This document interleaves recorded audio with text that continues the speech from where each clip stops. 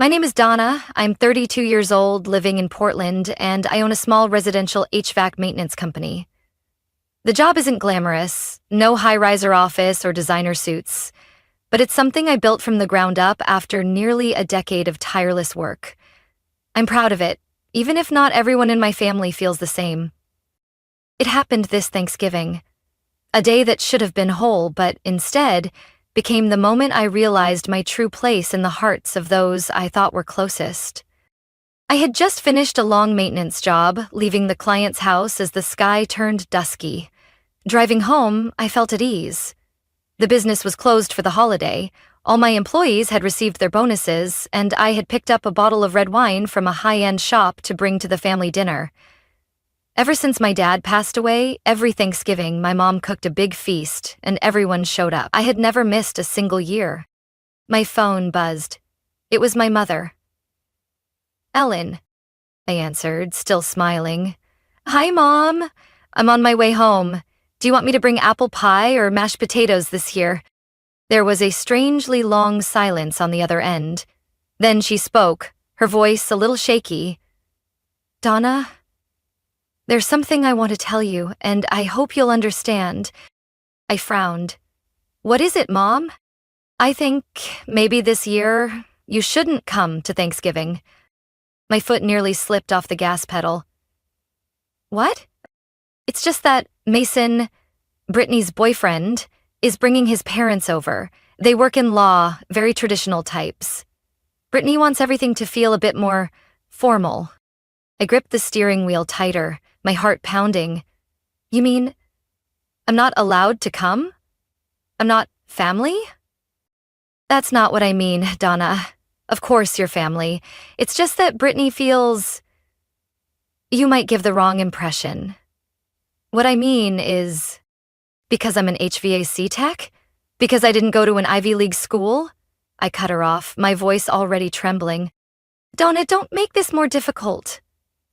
She sighed, her voice softening in that way I'd grown too familiar with. The tone she used when she was about to say something unforgivable, but still expected me to swallow it without complaint. I swallowed the bitterness rising in my throat. "Do you remember who paid Brittany's tuition? I paid for all 4 years while she was in school in New York. Never missed a deadline. I gave her a future I never had." Mom went silent.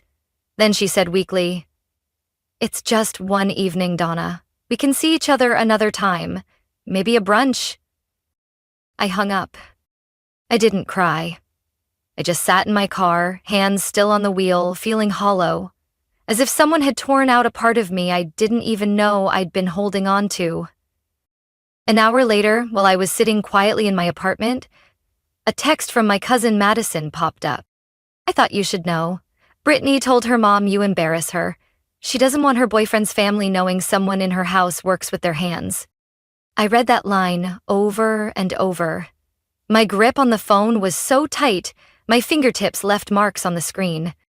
Brittany, the same sister who once called me her hero when I gave her her first laptop at 18, the same girl I walked 3 snowy blocks for just to get rent money to her on time. Now, she was ashamed of me. And I knew, tonight, when everyone was sitting around the dinner table, toasting, laughing, no one would mention me. No one would save me a seat. No one would notice I wasn't there. Because in their eyes, I never really was. I still remember the next morning. The early winter sun slipped through the kitchen window like nothing had happened. I sat alone with a cold cup of coffee, the phone lying silently on the wooden table. I should have been prepping a pie, picking out a dress, getting ready to laugh with my family like every other year. But this year, all I felt was empty. I scrolled through social media without thinking. Then, like a punch to the gut, I saw the photo. Posted by none other than Brittany. She stood in the center of Mom's living room, wearing a bright red dress, hand in hand with Mason. The dining table behind them was perfectly set. Fresh flowers, lit candles, everything flawless. The caption read, "A warm Thanksgiving with the ones who matter most." I wasn't in the picture, Not a word about me, not a question about where I was. Just as I put my coffee down, my phone buzzed again. It was Madison. My cousin, the only one in the family who still called me for reasons other than favors. "You okay?" Her first message. I hadn't replied yet when the next one came. "I think you need to hear this, even if it hurts. Brittany told everyone you shouldn't come because she doesn't want her boyfriend's family to know she comes from a working-class background. She said, if Donna shows up, they'll think we live in a garage." I froze. I read it over and over, hoping I'd misunderstood or that Madison was joking in some cruel way. But I knew Madison wasn't like that. And deep down, I knew it sounded exactly like something Brittany would say. This wasn't the first time she had acted distant about my work. I once visited her dorm in sophomore year, wearing my dusty work uniform after finishing a job nearby, and she quickly pulled me into a corner, whispering, "Can you change shirts? Everyone here's in law school, it just looks weird." I let it go. I always let it go. I thought she was just young and embarrassed. I thought she'd grow out of it and realize a person's worth isn't measured by the starch in their collar. But I was wrong. I'd been wrong from the start. I had paid Brittany's Columbia tuition since the moment she stepped onto campus. Each semester cost over $18,000. I worked overtime, skipped vacations, turned down personal days, just to make sure she never had to worry about tuition, books, or housing. I never asked for a thank you. I didn't need Christmas cards. I just thought if I helped her build a good life, at the very least, I'd be welcome at the family table. But in Brittany's eyes, I wasn't someone to be introduced. I wasn't someone who mattered. I closed my phone, heart pounding. Anger, shame, heartbreak, disappointment, all swirled inside me like a storm with no way out. I stepped outside, watching the cars pass under a gray sky, and I understood. What hurt wasn't that I wasn't invited. It was being erased by someone I loved with everything I had. In that strange, quiet moment, I knew I couldn't go on like this. I couldn't keep living as the one who was always dismissed. I couldn't be the only one holding on to bonds that were one-sided. I went back inside, sat at my desk, and opened the folder labeled Brittany's Tuition Private. The line read, "Next payment due in 14 days, $18,740. I moved my cursor to remove payment method. A warning popped up. "Are you sure you want to remove your payment method? This action cannot be undone." I didn't hesitate. I clicked confirm. A soft click echoed as I closed the laptop, but inside me, it sounded like the latch of a door finally shutting. For good. The next morning, when the clock struck 7 a.m., I was already seated at my desk, a steaming cup of tea next to my laptop, which was open to the Columbia University login page. I entered my email and password. As always, the message, "Welcome back, Donna C.," popped up. The tuition payment section was clearly displayed. Spring term balance due, $18,740. Payment due, 14 days. I had stared at that message countless times, and every time I'd sigh, grab my wallet, and pay it right away. But this time, my fingers weren't shaky or hesitant. I moved the cursor to the button labeled Remove Payment Method. A small pop-up appeared. "Are you sure you want to remove your account information? This action cannot be undone." I stared at the screen for a few seconds, then clicked confirm. A small ping sounded, and just like that, it was over. Less than 10 minutes later, my phone started vibrating. The first call was from Mom. Before I could pick up, another call came in, this time from Brittany. Both went straight to voicemail. I knew they wouldn't stop. I switched my phone to silent and got back to work. By noon, I was checking the HVAC system at Quinn and Harris law offices when my phone lit up non-stop. A quick glance, 8 missed calls, 14 unread texts. I knew I should have ignored them. But then, one message from Brittany made me pause. "What did you just do? The school said my tuition's unpaid. Your account disappeared. Call me back now." Right after that came a message from Mom. "Donna, You can't be this cruel to your sister. You know she has no one else but you. I stood frozen in the client's reception room, the clipboard in my hand suddenly cold. A chill ran down my spine, not from the A/C, but from the realization that, in Mom's eyes, I was just the only option to keep her daughter from failing. Not her daughter. Not someone who'd worked her hands raw for 10 years. Just a walking wallet. That afternoon, as I drove home, Mom's 13th call came through. I sighed and answered. Her voice immediately burst through, tense. Donna, you can't just walk away like this. Do you know how panicked Brittany is right now? I kept my hands steady on the wheel, voice calm. I know, and I think she should be panicking. Don't you think this is too harsh? Mom continued, voice cracking with anger. She's in her final year. What if she gets kicked out? I let out a short laugh. Mom, Brittany's old enough to understand the consequences of her actions. She's an adult, not a child I need to carry. You promised you'd help her until she graduated. I paused for a second. I promised to help my sister. But the Brittany you're defending today, that's not someone who sees me as family. I'm not obligated to keep enabling ingratitude. Mom went silent. Then, as always, she softened her tone, layering it with guilt. You're the only one in this family who can help. Are you really going to abandon your family? I bit my lip, eyes fixed on the road ahead. Family isn't made up of people who only call when they need a withdrawal. Family doesn't shut you out of dinner just because your job isn't refined enough. I'm not an endless ATM, Mom. A long sigh. Then her usual closing line. You've changed. I smiled bitterly. No, Mom. I've just finally started living as myself. I ended the call. That night, I lay in bed, staring at the white ceiling, letting the silence wrap around me. No more ringing phone, no desperate texts, no guilt trips. Then, a soft ding. A new message. Donna, I can't believe you'd do this to me. I've lost everything. Hope you're happy with your decision. I stared at the message for a long time. Didn't respond. Because if Brittany truly believed I'd destroyed her life with a single click, then maybe she never realized it was she who started destroying everything in the first place. I don't know what happened after Brittany's last message, because for the next 3 days, my phone stayed completely silent.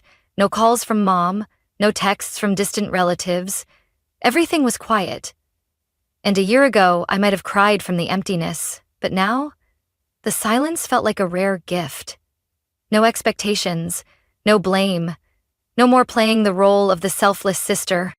I was reviewing technical documents at the office when Madison called.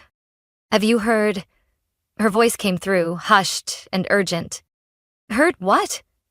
I asked, though my gut already knew. Brittany. She showed up at Jordan's house this morning. I frowned. Jordan? Brittany's boyfriend? No, ex-boyfriend now, Madison said, her tone low and deliberate. I sat upright. What do you mean? Madison took a deep breath. Mason broke up with her. He moved out of the apartment this morning. Someone saw Brittany crying in Jordan's yard for nearly an hour. I stayed silent. For the first time in weeks, I was genuinely shocked. You know why? Madison continued. Mason told his mom that Brittany lied about who paid her tuition. He thought her parents were covering all of Columbia's costs. When he found out it was you, her sister, he was speechless.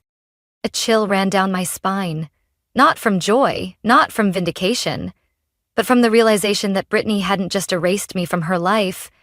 She had replaced me with a version of reality where I didn't exist, just to fit into a world she thought she deserved more.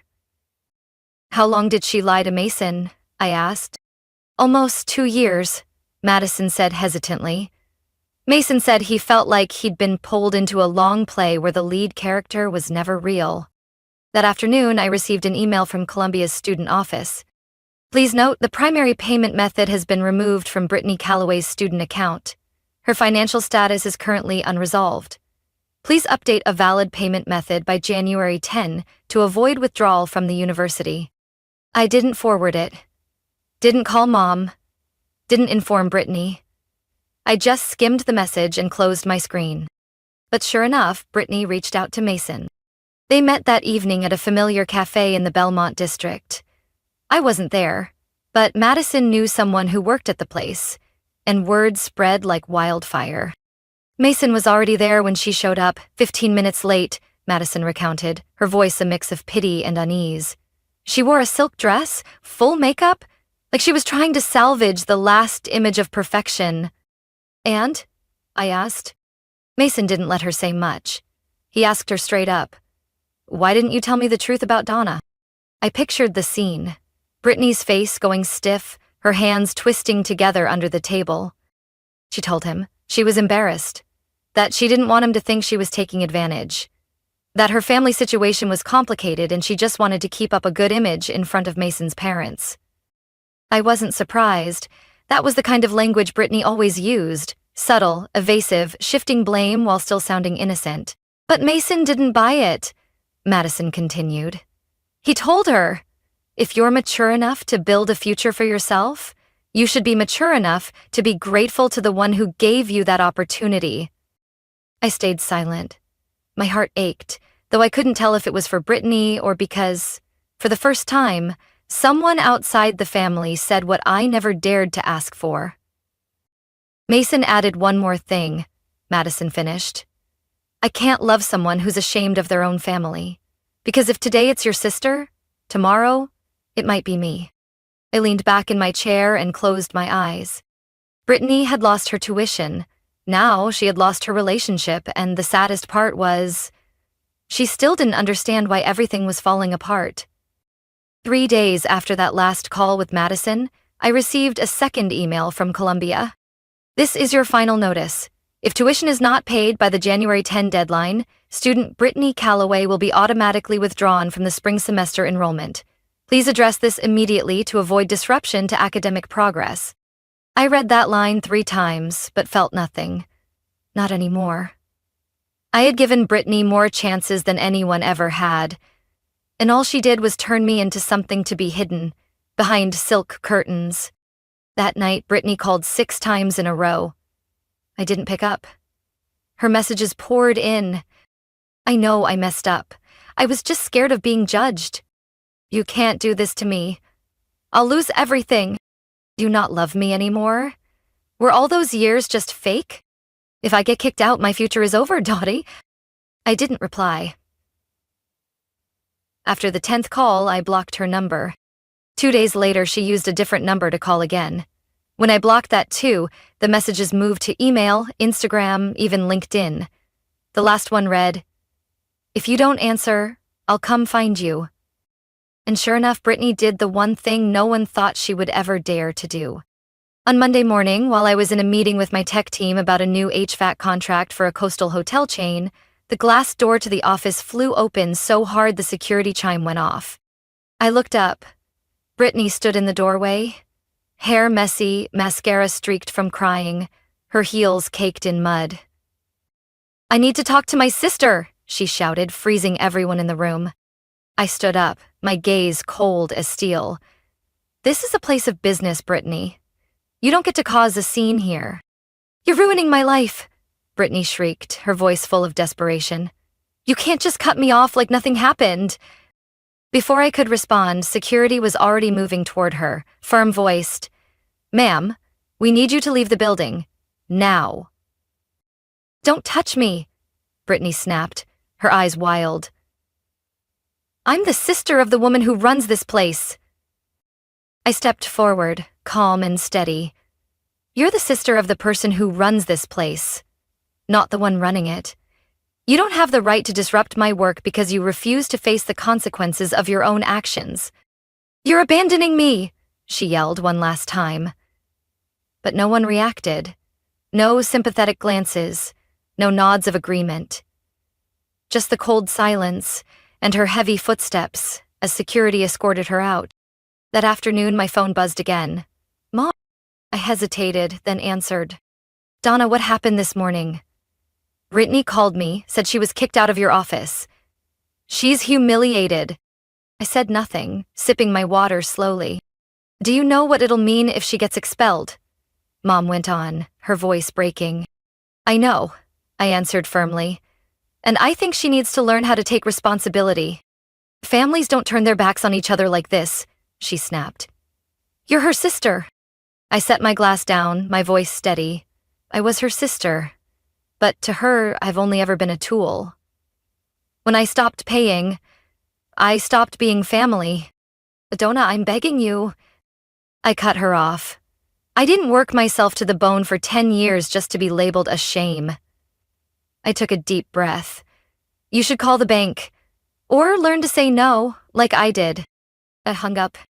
The next day, Aunt Carol called. Then Uncle Jeff. Even a high school friend I hadn't spoken to in nearly a decade messaged me.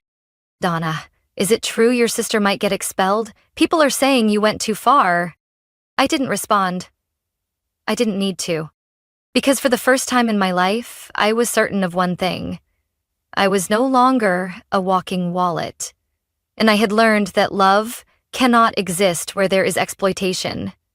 Not anymore. In the weeks following the office incident, I expected to be dragged into a never-ending battle with my family, and it came just as I'd predicted. Late-night calls, relentless texts, all wrapped in those two words. Blood ties. You're too cold. She's still your sister. Donna, people are saying you've changed. You don't care about family anymore. Words that in the past might have brought me to tears. But now I simply put the phone down on my desk, looked out the window at the pine trees swaying in the late-year wind, and let myself be quiet. No more defending, no more apologizing. I didn't need to explain myself anymore. One morning in mid-December, as I was reviewing ventilation plans for a new shopping center project, Madison texted, Just saw your mom at the grocery store. She said Brittany dropped out and moved back home. Honestly, they both looked rough. I stopped typing. My eyes lingered on the message. She also said, She still thinks it's your fault. I wasn't surprised. To my mom, accountability was always something that could be reassigned, and I was usually the one it got assigned to. Brittany failing because she couldn't face reality? Irrelevant. What mattered was that I dared to walk away. But instead of feeling sad, I felt relief. Because while they were still stuck in that loop of blame and denial, I was starting a new chapter in my life. With the money I used to spend on Brittany's tuition, I expanded my company, hired 2 certified technicians, upgraded to new carbon monoxide testing equipment, and even redesigned the office in a modern, neutral-toned palette. I also accepted a 3-year maintenance contract with a chain of coffee shops in the Pearl District. 6 figures. Now I work not out of fear of lacking, but because I truly love what I do. No one makes me feel less than for not wearing a corporate name badge. No one asks, So, when are you switching to a real job? No one sighs when I say I run my own technical crew. And most importantly, no one treats me like I'm invisible. On Christmas Eve, I sat alone on the couch, my moss green sweater wrapped around a tired body after a long day. Outside the window, neighbors' lights blinked in and out, and the sound of church bells echoed faintly in the distance. I poured myself a glass of white wine, planning to watch a feel-good comedy before bed. Then my phone lit up. It was a message from Mom. Donna, Christmas just isn't the same without you. Everyone misses you. Call me. I don't know how long I stared at that message. Maybe just a few seconds? Or maybe it was a whole lifetime folded into a single moment. I thought of all the Christmases past. I was always the one who brought the little tree, who wrapped everyone's gifts, who paid for dinner with money I could have spent caring for myself. But no matter what I did, I was always not presentable enough around company. I took a deep breath and gently deleted the message. Not because I didn't miss them, not because I never loved my family, but because, for the first time, I had learned to love myself more than people who never truly valued me. I don't expect Brittany to change. I don't expect my mother to apologize. I only hope that, from now on, I can live a life where I don't need permission just to exist. A few weeks after Christmas, as Portland welcomed the first cold, damp rains of the new year, I received a handwritten letter from someone I least expected, my grandmother, Evelyn Calloway. She hadn't lived with our family in years. After Grandpa passed, she moved to a small house in the suburbs of Salem, nearly a 3-hour drive away. I only visited her a few times a year during the holidays. But she had always been the one person in the family who never judged me for my career or lifestyle. All she ever asked was that I show up, with a smile, and the same calloused hands that built everything I had. The letter was written neatly, her handwriting slanted like the gentle tone of her voice. My dear Donna, I don't know exactly what's happened in the family lately, but I know this. When a woman like you finds the courage to set boundaries, many people will feel uncomfortable. Don't let that stop you. Who among them has ever sacrificed for you the way you have for them? I am proud of you. Not because of the money you make or the contracts you sign, but because you have learned to protect your own heart. I read that letter 3 times. Amid all the blame and guilt, she was the only one who saw me, fully, without needing an explanation. And I realized, maybe she was the first person who made me believe that choosing myself isn't a betrayal. I used to believe that family was unbreakable. That if I gave enough, they'd eventually love me, accept me, be proud of me. But I was wrong. Because no one is obligated to love you if all they've ever learned is how to take. And you are not obligated to sacrifice yourself just because someone shares your last name. I spent too many years living as though my worth was measured by how much I could give. Every tuition payment, every expensive birthday gift, every vacation I canceled to work more hours, I used to think those were acts of love. But the truth is, love doesn't ask you to hide who you are. Love doesn't make you feel ashamed of the job that feeds you. It doesn't require you to step back just so someone else can shine. If someone expects you to do that, it's not love, it's control. Dressed up as family. I no longer feel guilty for staying silent when mom texts. I no longer feel torn when relatives call me stubborn or cold. And I don't dream of Brittany showing up at my door with tears in her eyes hugging me, saying she was wrong. I don't need that anymore. I've learned how to hold myself, to stand firm in the storm of opinions, and to say, clearly, I wasn't born to be a backdrop in someone else's story. If you're in a situation like mine, where you give and all you get back is silence, judgment, or indifference, here's what I want you to remember. Setting boundaries is not selfish. It's an act of courage. Choosing dignity over dysfunction doesn't make you a bad person. In fact, it means you've grown. It means you finally know your worth. I don't know if Brittany will ever learn that lesson. I don't know if my mother will ever stop running from accountability. But I do know this. I will never go back to who I used to be. The one who quietly paid the bills but never got a seat at the table. The one who always did everything right but was still treated like a shame. And finally, I chose myself. Not to get revenge, but to finally live. Donna's story is a powerful reminder that family cannot survive without respect and recognition. In a world where people often judge by appearance or status, she found the strength to draw the line and choose herself. Not out of spite, but from self-worth. She shows us that love doesn't mean blind sacrifice. Saying enough to being used is the first step to reclaiming your value, in living a life that's free, worthy, and empowered. What do you think of Donna's decision? Was she right to set boundaries and put herself first? Share your thoughts in the comments below. And don't forget to follow the channel for more heartfelt, real, and inspiring stories about family.